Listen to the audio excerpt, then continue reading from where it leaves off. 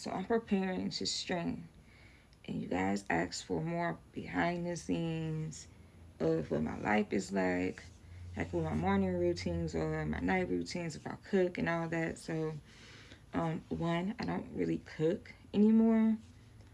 Two, I really don't have no routines. I don't really go anywhere. I'm at home all day, but I do stuff before stream that I prepare for stream and after stream. So I'll give y'all a little glimpse of that, and then other things, little vlogs here and there when I do some stuff. But for now, we're gonna go with this. So I'm about to prepare to go stream, do my hair and do my makeup, and y'all people be part of that process. Now, I'm probably gonna be speeding it up, so it's not gonna be. You probably won't hear me talking and nothing in it. I might do a voiceover for it. I don't know yet. But yeah, so this is before I start gaming, the life of a gamer. All right, y'all. See you in a minute. Black woman yourself and you have this hair type yourself naturally, and just because you strain that hair that one time, that doesn't really take away from the fact that you naturally have that hair type. You get what I'm saying? So that's the kind of thing that kind of comes across as like, what they call it, internalized hatred. And this is what made it very ironic because Sexy Red's entire brand was always built on exaggerating the same negative stereotypes of black women that she herself insulted. But then we also have the viral tape. And in October 2023, Sexy Red accidentally posted a private tape on her Instagram story. I'm sure you probably know what that private tape was, right? Now, the people said that you leaked your sex tape on purpose. Mm-hmm. It was on Instagram, like a little short clip video, and then through the phone, and it got accidentally pressed like that. She later claimed on an interview with the Breakfast Club that it wasn't intentional, but anyone with a functioning brain can tell that it was. The timing, the context, the way it boosted her visibility all point to this being part of the marketing strategy. Because remember, her biggest song, Pound Town, literally revolves around her body and sexuality, okay? So when the world suddenly gets visual evidence connected to those lyrics, what do you think happens? A viral storm. And this kind of thing is part of building a brand identity in today's industry. Not just for Red, but for any artist trying to connect their image to a specific idea or aesthetic. It's very profitable and it works. In this case, we have shock, scandal, and controversy being the core of that identity. And in this situation, none of it was an accident. It was all strategy. This is how an artist gets branded, sold, and introduced to the public by the record labels. And like a lot of us know, the more extreme the image is, the more attention it draws. And the more attention it draws, the more money it makes for the people behind the scenes. But here's the most worrying part about all of this. A huge portion of her audience is made up of children, specifically young black girls who look up to her, imitate her, and see her as a representation of what confidence looks like. And so when those same girls watch a public figure leak her own tape and then pretend it was an accident, it sends a dangerous message that attention is worth more than dignity. When it comes to being a public figure, no matter how you look at it, there is a level of responsibility that comes with that. With great power comes great responsibility. And it's not about being perfect 24/7 or operating like a role model every second of the day, but at least being conscious of how your actions land and who they actually speak to is very important. Now, in Sexy Red's case, I never expected that kind of responsibility from her, at least based on how she moved up until that point. But that's exactly the point here. The industry knew that. They knew she wasn't going to filter herself or self-correct or think about the impact that her negative actions are having on people, the world, and the youth. And in a way, that's what made her the perfect candidate for this experiment. Because before Sexy Red was handpicked, and listen to what I just said here, okay? Handpicked to be elevated to the spotlight, there's a very real problem. Personalities that can generate attention, even if that attention comes from dysfunction. Because attention is currency.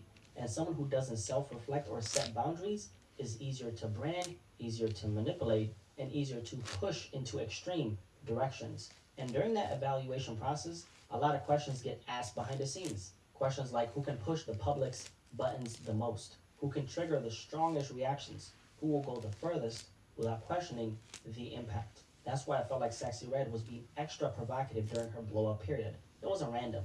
It wasn't accidental. It was very planned. It was orchestrated in a way that maximized shock, maximized virality, and maximized profit. And despite all that dysfunction, it seemed like she just kept going up. Every controversy, every viral moment, instead of things slowing down, it almost felt like it was fueling her career even more. And my theory has always been that there's, of course, a reason for that. See, I personally think that Sexy Red was getting this push for one main reason: to promote a very specific image, a very negative one, because in a world where media has always shaped how we view people, especially black people, Sexy Red became a tool for the music industry to push a modern version of one of the oldest and most damaging stereotypes about black women. I'm talking about the Jezebel stereotype. Dating back to slavery, this stereotype painted black women as hypersexual, uncontrollable, and defined entirely by their bodies. It was a complete lie that was used to justify the exploitation and abuse of black women for generations, and somehow that same imagery is still being recycled today, just packaged with beats and marketing. And hip hop has always been an art form to empower black voices. However, it has unfortunately been hijacked to do the opposite. And Sexy Red, whether she realizes or not, became the face of that. Her entire brand, her lyrics, her visuals, and even the way she's promoted, it all fed into that same narrative, that the only way a black woman can be seen, celebrated, or go viral is by being sexualized, loud, and reckless. And Red eventually became very successful. She's undoubtedly generated a whole lot of money for the music industry. And for a while, the experiment worked. But now things are starting to shift. A lot of you guys might have noticed how Sexy Red isn't being talked about nearly as much as before. And there's a few reasons for that. Now let's take it back. Take it way, way back to how it all started.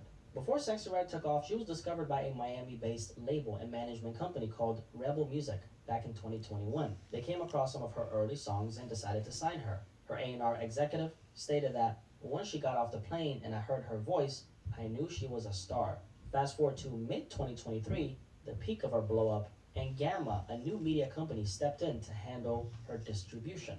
Now let's talk a little bit about Gamma, because this was the company behind her true rise. Now this company was founded by a Larry Jackson.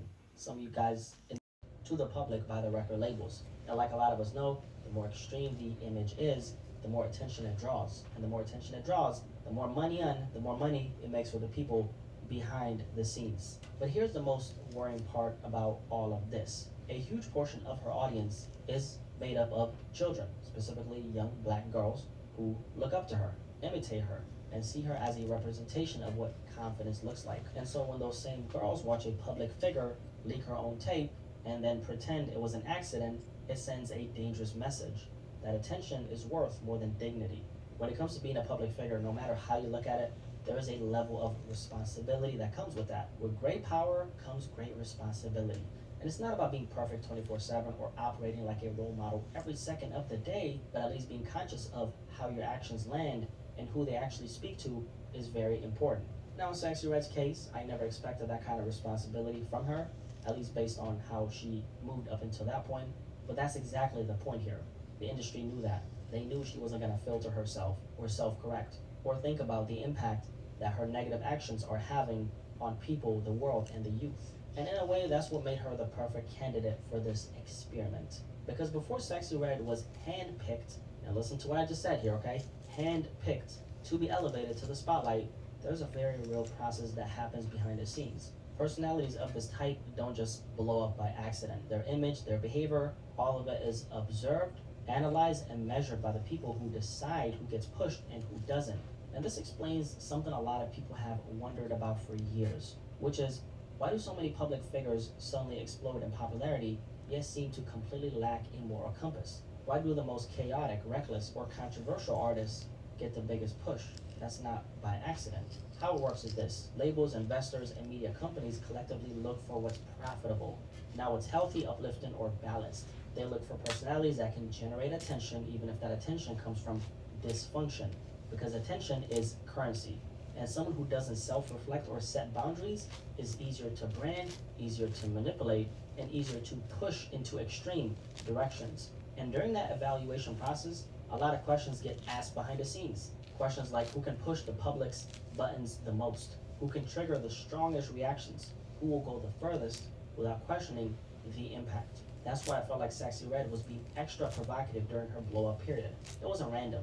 It wasn't accidental. It was very planned. It was orchestrated in a way that maximized shock, maximized virality, and maximized profit. And despite all that dysfunction, it seemed like she just kept going up. Every controversy, every viral moment, instead of things slowing down, it almost felt like it was fueling her career even more. And my theory has always been that there's, of course, a reason for that. See, I personally think that Sexy Red to empower black voices. However, it has unfortunately been hijacked to do the opposite. And Sexy Red, whether she realizes or not, became the face of that. Her entire brand, her lyrics, her visuals, and even the way she's promoted. It all fed into that same narrative.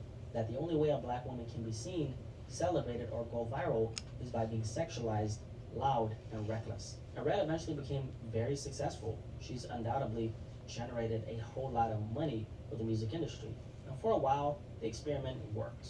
But now things are starting to shift. A lot of you guys might have noticed how Sexy Red isn't being talked about nearly as much as before. And there's a few reasons for that. Now let's take it back. Take it way back to how it all started. Before Sexy Red took off, she was discovered by a Miami-based label and management company called Rebel Music back in 2021. They came across some of her early songs and decided to sign her. Her A&R executive stated that once she got off the plane and I heard her voice, I knew she was a star. Fast forward to mid-2023, the peak of her blow-up, and Gamma, a new media company, stepped in to handle her distribution.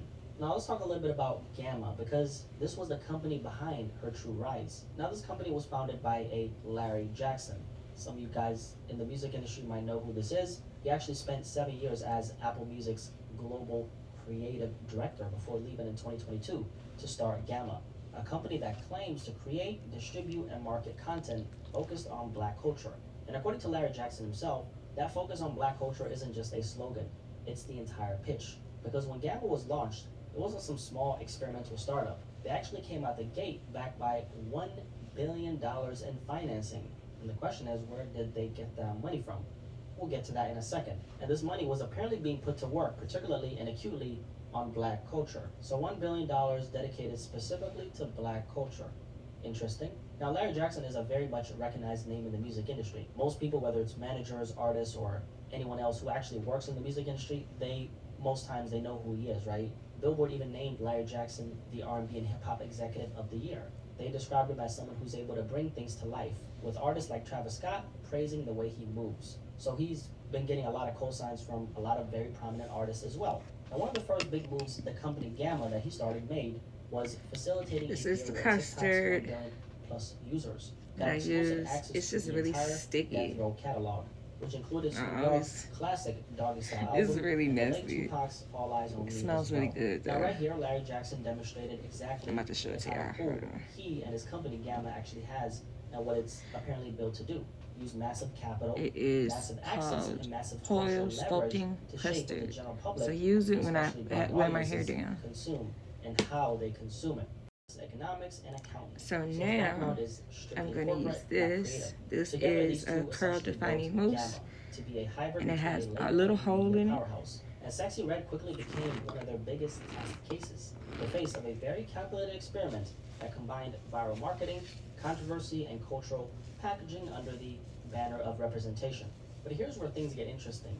The largest investor in Gamma isn't someone from the culture at all. It's Todd Boehly, a 52-year-old American businessman of German heritage who's worth over $8 billion. So now it actually starts to make sense where they got that initial billion from, right?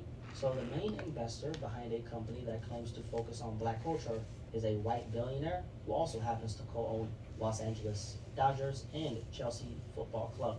And that's kind of where the dots start to connect. Because one of the biggest questions people had when Sexy Red started popping up everywhere was how? Like, how is all this possible?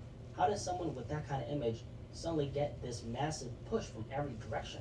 Well, now it should make sense to you. When you realize that the machine behind Sexy Red included a billionaire investor worth nearly $9 billion, a major media company with deep Apple Music ties, and a label infrastructure designed to amplify controversy, it starts painting a very clear picture. And this is something Candace Owens actually spoke about some time back as well. Gamma has a lot of power. So why Gamma has a lot of power? Because the two individuals that started Gamma, one of them came out of Apple. His name is Larry Jackson. And the second one of them came from Interscope Records. He has a ton of clout in the record community, the music community industry, so to speak. And his name is Ike Youssef. Larry Jackson, who I mentioned before, is black. And he is the person that I am more interested in. For anyone who doesn't recognize the face or name, Candace Owens is an American political commentator and author, and a self-labeled conservative activist. Now, she's covered a lot of these same connections, pointing out how the entertainment industry profits off of promoting chaos, dysfunction, and over-sexualization, especially when it comes to black artists. Now, interestingly enough, this connects to something rapper Ice Cube talked about on Bill Maher's podcast. Ice Cube spoke about the same kind of manipulation, which is what he called social engineering, where record labels act like gatekeepers, and he said that they essentially don't tell artists exactly what to say, but they make sure that the most destructive messages are the ones that get pushed to the top. The records that come out are really geared to push people towards that prison industry. But they didn't make you write those lyrics. It's not about making somebody write the lyrics. It's about being there as guardrails to make sure certain songs Attention of the public, you almost have Okay, to so go now to since the I got extreme. that part You have to done, be louder, the you have finishing to be touches. wilder, you have to be more provocative than Because the I last did my person, hair first, or you'll get drowned out in the noise. and I Now, really Sexy don't Red became the feel like perfect putting no vessel makeup for on. that I'm not gonna put no strategy. makeup Because on one thing today. about the public I'm is just gonna that put some we lashes react on. to extremes. If you show us But something that the feels finishing outrageous, touches, I always use controversial, or my loud gel, enough, it grabs our aloe attention based instantly. gel. And in an experiment where attention equals It's really profit, the good, industry and it keeps doesn't testing how far they can make go. your hair They take hard, these but it sample shines sizes and of it artists, makes it healthy. amplify the most polarizing ones, and study what happens next, how people react, how the internet responds, how the controversy spreads. If it goes viral, they double down on that formula. If it doesn't, they move on to the next artist. That's exactly what we've seen happen in this case right here. Sexy Red was a test subject for how far they could stretch the public's tolerance for dysfunction, for explicitness, for chaos, all while disguising it as authenticity. Now, what's happening right now with Sexy Red though, because she's obviously not getting the same marketing push that she was. Before we even get to Sexy Red, we gotta look at what's been happening in rap overall. Now, a few days ago, we talked about that Billboard report, the one showing that for the first time since the 90s, there wasn't a single rap song in the Hot 100's top 40. Rap's market share has been slipping for years. This is something a lot of people know, right?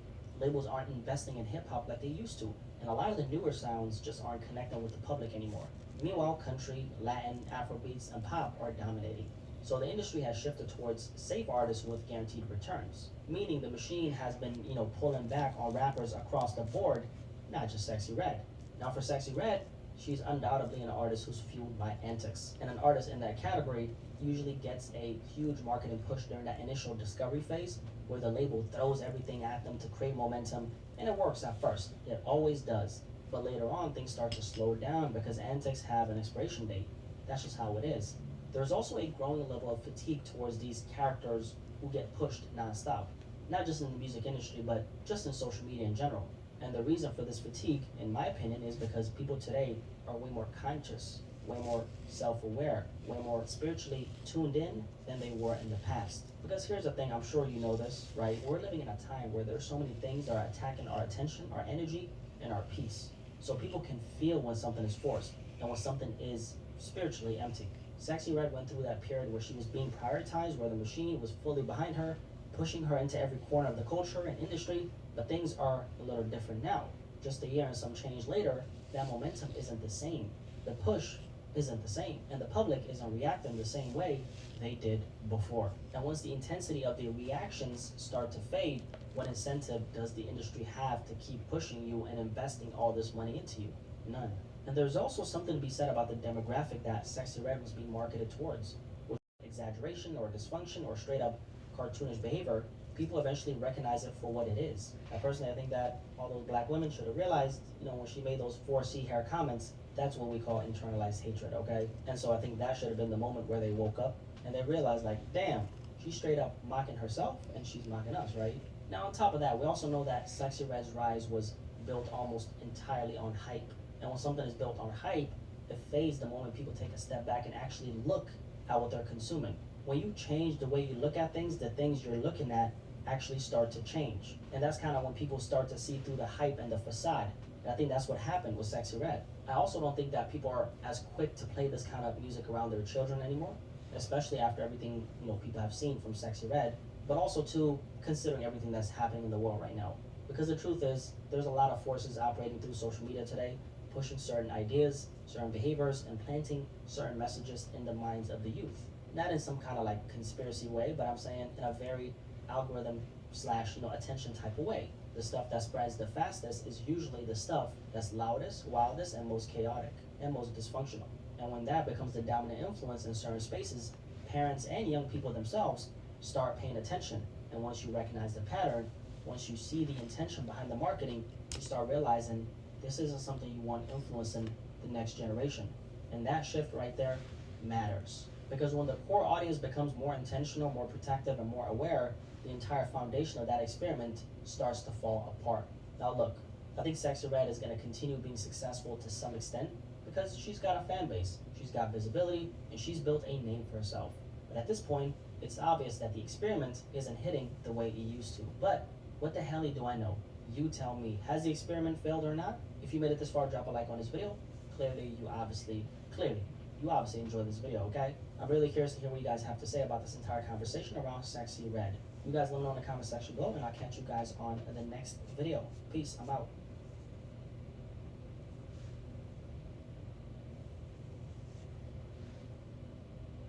After an attack on a mother and her 2 young children. You can see in this video here where it happened in the South Deering neighborhood.